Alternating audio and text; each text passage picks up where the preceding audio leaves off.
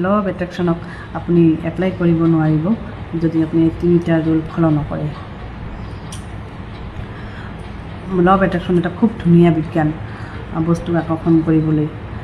Law of এট্ৰেকশ্যনত প্ৰথমতে আপুনি law of এম্পটিনেছ কৰক, মানে নিজৰ ভিতৰত এটা খালীকৰণ ৰাখিব লাগিব বস্তুক আকৰ্ষণ কৰিবলৈ।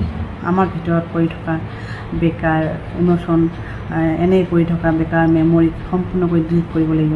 আৰু দ্বিতীয়তে আপুনি ল অফ ৰেডিয়েশ্যনক বুজিব লাগিব, মানে আপুনি যিটো পাব বিচাৰে সেইটো কোৱা আৰম্ভ কৰক।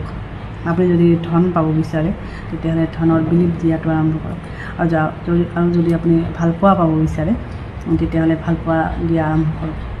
আৰু তৃতীয়তে আপুনি ল অফ ইমাজিনেশ্যন কৰিব লাগিব।